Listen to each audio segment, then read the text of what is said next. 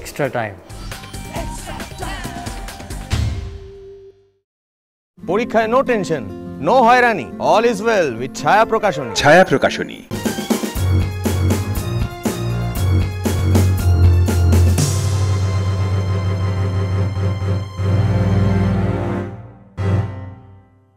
Hello and welcome to the Extra Time Football Show. This is your very own Suman Chakravarti, and today we have someone who has immense contribution to Indian football, and more importantly, all the Kolkata football fans are very much familiar with none other than the great Karim Bencharifa. Karim, good to see you back after a long time. Thank you very much. Pleasure. I think you are very much aware what's going on in the FIFA U17 World Cup. So according to you, what are the strengths and weaknesses you have noted in the Indian U17 World Cup team as they are playing the FIFA World Cup for the very first time in the history? Well, to be honest, when India was nominated to organize the World Cup under 17, and it was obvious that the under 17 will participate, I don't think anyone would have predicted that India will compete with the best. I'm sure that many have thought that how comes India can compete with the likes of the African teams who are always good at this age, the Brazil, the top teams like that. But I think so far the Indian team have showed a lot of character, a lot of resilience, and did compete with the likes of Colombia. I think the last match they was unlucky. That's the lack of the experience of that is showing. But otherwise, I think they had a very respectable, honourable matches during the World Cup under 17. Karim, you are known for scouting young talents. Indian football have got a lot of special young talents like Vasum, Noba and all of them, Ralte. Through your precious eyes, according to you, who are the special talents you have noticed in this FIFA U17 World Cup team which India have? Well, I think I didn't follow the Indian team very well. I know how they prepared, but I didn't follow the process of scouting and selecting the players. The strength of the U17, I think, rely on the fact that they're very fit, the fact that they fight hard. So for me, it was a decent team. But through my experience coaching in India for a long time, I get to just identify the strength, especially the strength of each players from different parts of the country. Northeast players, they are fighters, they are beside the skills, they are fighters, they run a lot. Bengali and Goan players, they are clever, they are usually you're going to find good central midfielders. Punjabis are strong physically, you're going to find good defenders, good goalkeepers. Because there is the height, because there is the physique.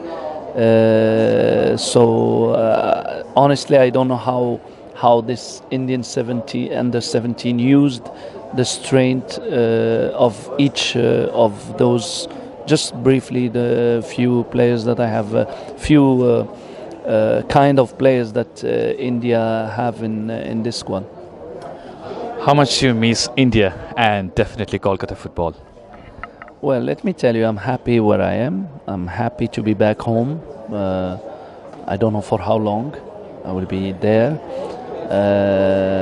I'm happy with my job at the moment with the Morocco Football Association, having also the responsibility to develop football there. But yes, I will not deny the fact that India is a part of me, and Calcutta in particular, and Mohun Bagan is in more particular. So I do feel the love of the people of this country every time I'm here, and they should rest assured, all the fans, that I share the same love with them. Mohun Bagan roped on you in the dream of getting an I-League and Federation Cup. Unfortunately, it was too close yet so far. But when then came Sanjoy Sen and Mohan Bagan got the I-League as well as the Federation Cup in 2 back-to-back seasons. So according to you, what made the exact change? Because they didn't win those trophies for a number of years, and then all of a sudden change. So how does it work actually? Well, let's not forget that one of the most important factors of getting a team to win trophies is the quality of the squad. I think that's the main thing. Mohan Bagan managed to assemble a very high quality squad with some top players that can make the difference. They retain good players like Yusa. They got a player and keep player like Sonny Nordi. So, and all the Indian players that quality Indian players that have in that squad, that help the team to be consistent in some results. You have had Hudafa Okeli in your team, and he was amazingly successful in your reign. Now Mohan Bagan have Sonny Node. If you are asked to compare these two superstars, who would have the upper hand? Well, I'm not here to say who have the upper hand. Both are great players, both are great characters, both can make the difference in any game. Both could be the dream of any coach to work with. I was lucky enough to have worked with some amazing players, from Baichung to Odafa to Barreto to Yakubu. So I was lucky to work with some amazing talents that you can call them those players who can make the difference on their own in a particular game. So both are excellent players. Last question. When you were the coach of the Mohan Bagan side, there was only one league in India, that was I-League. Now Indian football have Indian Super League, and perhaps from 2019 season onwards, they'd be having one league to be precise, neither an ISL nor an I-League.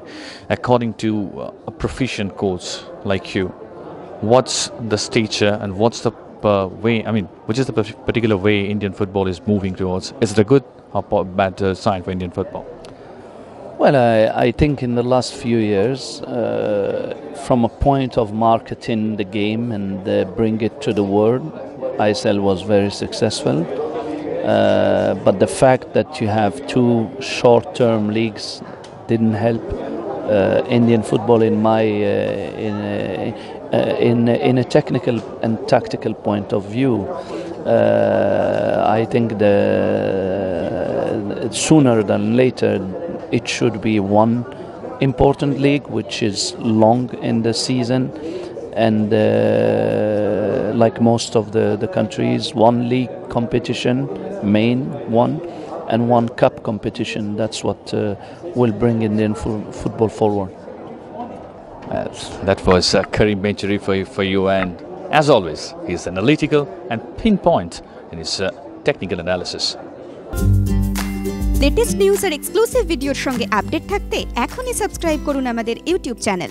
Bell আইকনে click করতে ভুলবেন না যেন।